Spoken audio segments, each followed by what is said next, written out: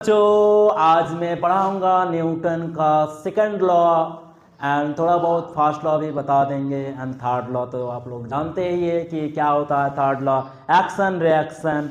तो चलिए न्यूटन का सेकंड लॉ देखते हैं क्या कहता है, यानी उसको हम प्रूव करेंगे। क्या करेंगे? प्रूव करेंगे।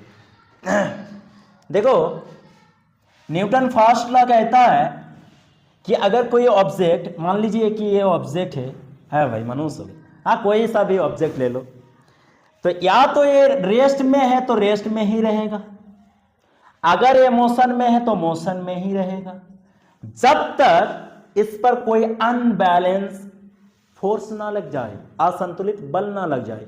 मान लीजिए कि यहां पर ऐसे एक तराजू है, क्या है, अब यहां पर मान लीजिए कि 5 केजी का यहां पर ढेला रखा हुआ है। ढेला बोले तो मान लीजिए कि बोरी है 5 केजी का, कोई आटा का बोरी है, तो यहां पर भी आटा का बोरी है 5 केजी।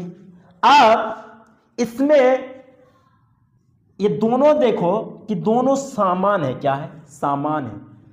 ये तब तक मूव नहीं करेगा, तब तक यहां से हिलेगा नहीं, जब तक यहां पर हम अनबैलेंस फोर्स ना लगाए। अगर यहां पर हम थोड़ा सा भी अनबैलेंस फोर्स लगा दिए तो ये ऊपर की ओर चला जाएगा और ये नीचे की ओर आ जाएगा। समझ में आया? अगर हम ऐसे रेस्ट में ऐसे खड़े हैं, यानी स्थिर अवस्था में ऐसे, तो हम तब तक खड़े रहेंगे जब तक हम ऐसे अपने पोजीशन में रहना चाहते हैं। अगर हम यहां से मूव होना चाहते हैं तो हमको मूव होने के लिए हमको एक्सटर्नल फोर्स की जरूरत होगा।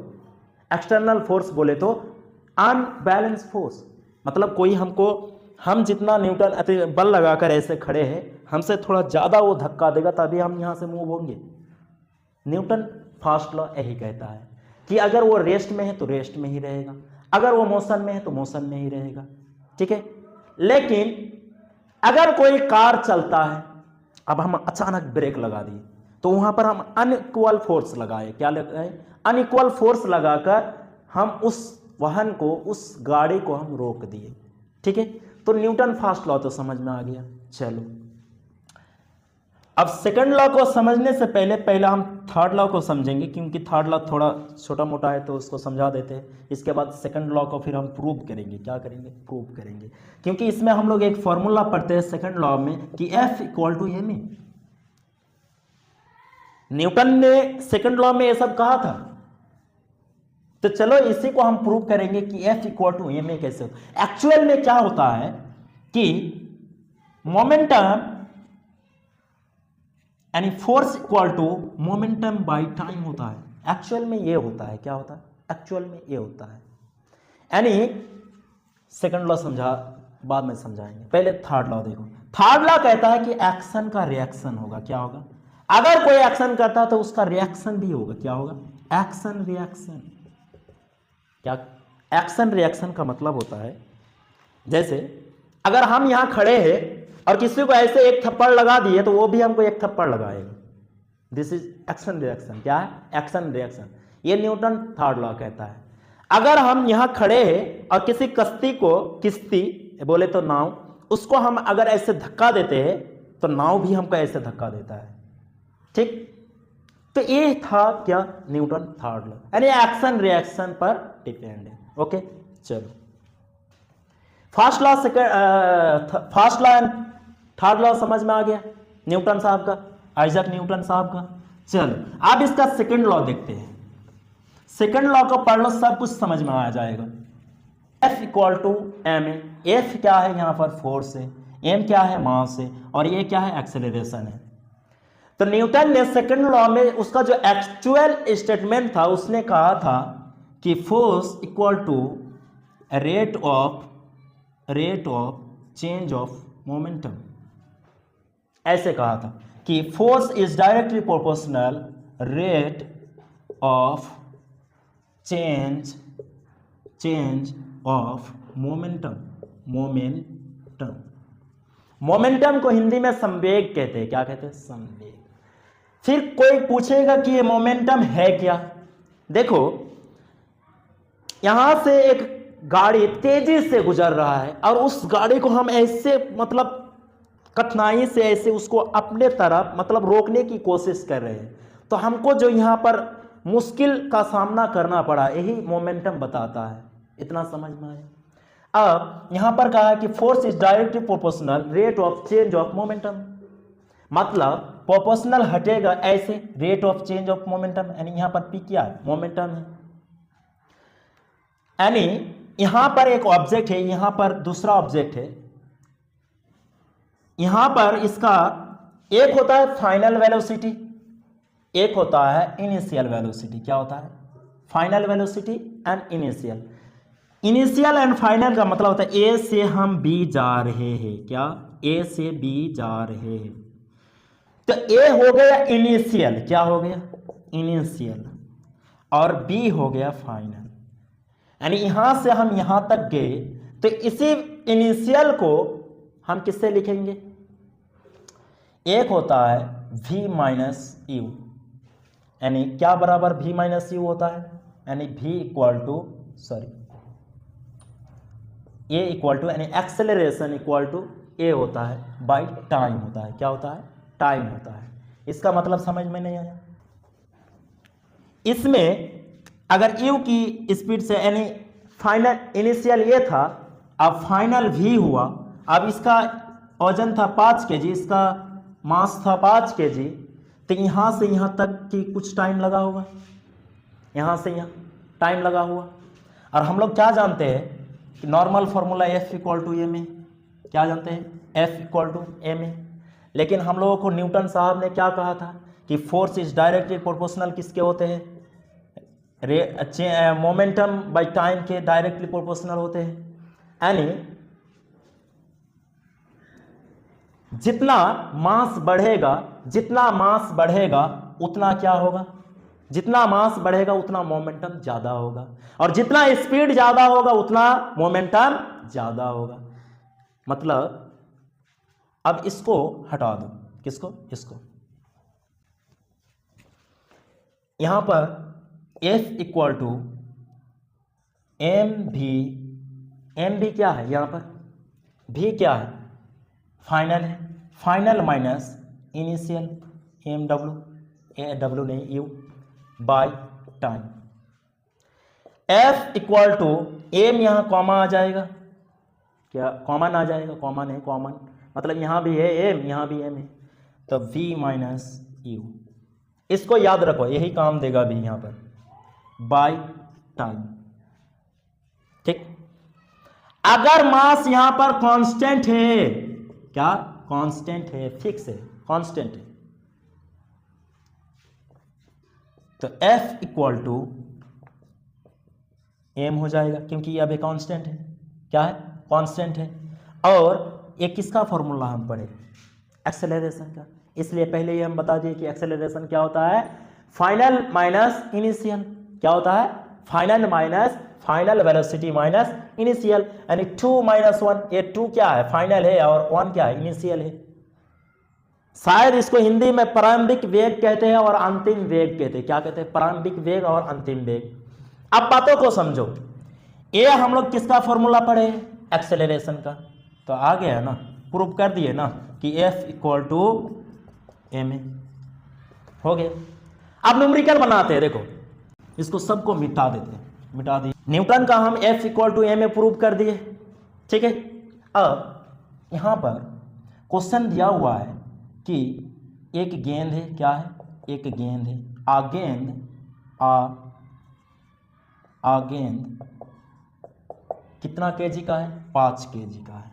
कितना केजी का, 5 केजी का, और वो आ रहा है कितना स्पीड में, उसका एक्सेलरेशन कितना है, 5 मीटर पर सेकंड स्क्वायर, इतना उसका एक्सेलरेशन है।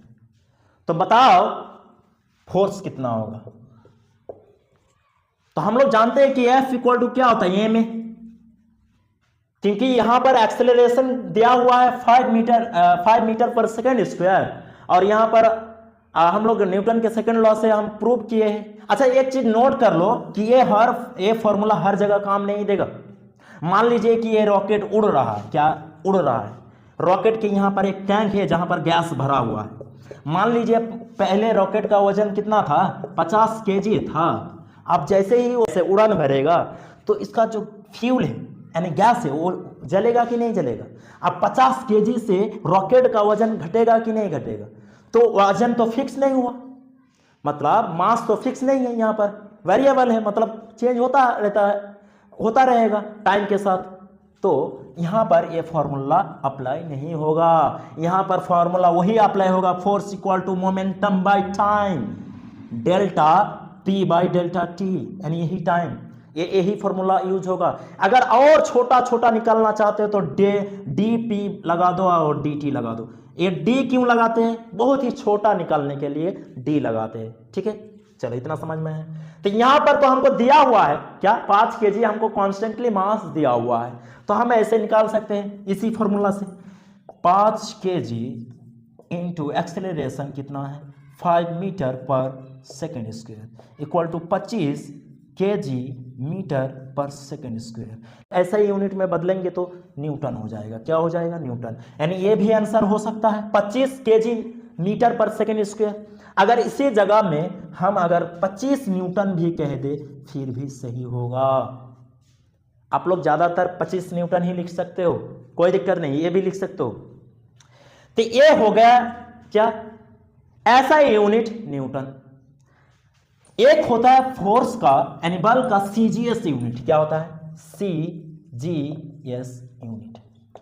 अच्छा ऐसा यूनिट तो सबको पता है, बल का ऐसा यूनिट क्या है, न्यूटन है, फोर्स का ऐसा यूनिट न्यूटन है।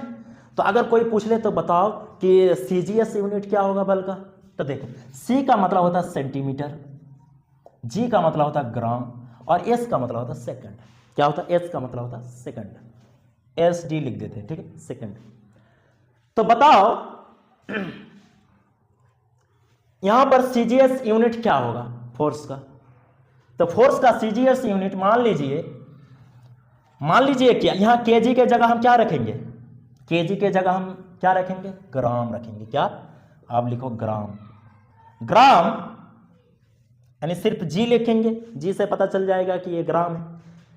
और मीटर की जगह क्या रखेंगे, सेंटीमीटर, क्या रखेंगे, सेंटीमीटर, यानी ग्राम सेंटीमीटर पर सेकेंड स्क्वायर। टाइम का सबसे छोटा यूनिट क्या होता है, वही सेंटीमीटर होता है, तो सेंटीमीटर लगा दो। तो इसी को कहते हैं डायन, क्या कहते हैं, डायन। तो फोर्स का सीजीएस यूनिट क्या हो गया, फोर्स का सीजीएस यूनिट हो गया, सीजीएस यूनिट हो गया डायन, डायन, डायन। हाँ डायन, वही चुड़ैल वाला डायन नहीं, वो वाला नहीं, एक नाम दे दिया भाई, डायन चुड़ैल कुछ भी रख लो आप नाम बस। और दूसरा याद कर लो कि केजी न्यूटन साहब ने ये दिया था, न्यूटन साहब ने दिया था या कौन दिया था, कमेंट में बता देना, ठीक है। अब केजी सेंटीमीटर की जगह मीटर और सेकंड स्क्वायर, तो इसको फिर क्या नाम दिया था, न्यूटन दिया था। किस, क्या दिया था, न्यूटन। यानी इतना बराबर, यानी हम कह सकते हैं कि 1 KG metre second square equal to 1 newton, हम इतना कह सकते हैं। एंड 1 डायन इक्वल टू हम कह सकते हैं कि 1 ग्राम सेंटीमीटर पर सेकंड स्क्वायर, यानी इतना हम कह सकते हैं। एक चीज और क्वेश्चन में पूछा जाता है कि बताओ 1 न्यूटन फोर्स इक्वल टू कितना डायन होता है, तो 10⁵ डायन होता है, डायन। यानी बोले तो 10 के बाद यानी 1 के बाद 5 जीरो लग जाएगा, 1 2 3 4 5। इतना समझ में आया। न्यूटन साहब का ये खेला खत्म, अभी खत्म, रॉकेट में ये काम नहीं करेगा। यानी अगर मास कांस्टेंट है, क्या है, कांस्टेंट है, तभी F इक्वल टू ए में हम यूज कर सकते हैं। अगर मास कांस्टेंट नहीं है, मान लीजिए मैं अभी कितना वजन का हूं, मान लीजिए कि 70 केजी का हूं, कितना, 77 केजी। अब 77 केजी हूं तो अभी मेरा मास कांस्टेंट है, 2 घंटा बाद मापे फिर भी मेरा 77 केजी, लेकिन 3 घंटा के टाइम हम मापे तो मेरा वजन हो गया 72 केजी। तो बताओ 2 केजी इंक्रीज हुआ कि नहीं हुआ, तो उस टाइम हम ये वाला फॉर्मूला हम नहीं लगा सकते, नहीं लगा सकते। और ये भी लिख सकते हो कि force is directly proportional mass into त्वरण, मास इनटू त्वरण यानी एक्सेलरेशन। ये प्रोपोर्शनल डायरेक्टली प्रोपोर्शनल हटेगा तो कांस्टेंट आएगा यानी के एम ए हो जाएगा। क्या हो जाएगा? के यानी एफ डायरेक्टली प्रोपोर्शनल यानी समानुपाती equal to M A, equal to नहीं।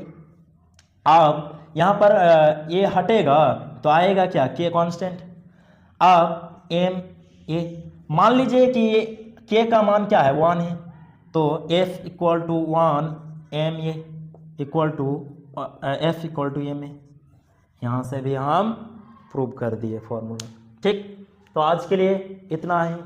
तो ये था न्यूटन का सेकंड लॉ का फॉर्मूला, एम इक्वल टू नहीं F equal to M A, जहाँ से हम acceleration and mass and force हम आसानी से निकाल सकते हैं। लेकिन वही एक ही केस पर वो अप्लाई हो सकता है जब मास फिक्स हो यानी कांस्टेंट हो।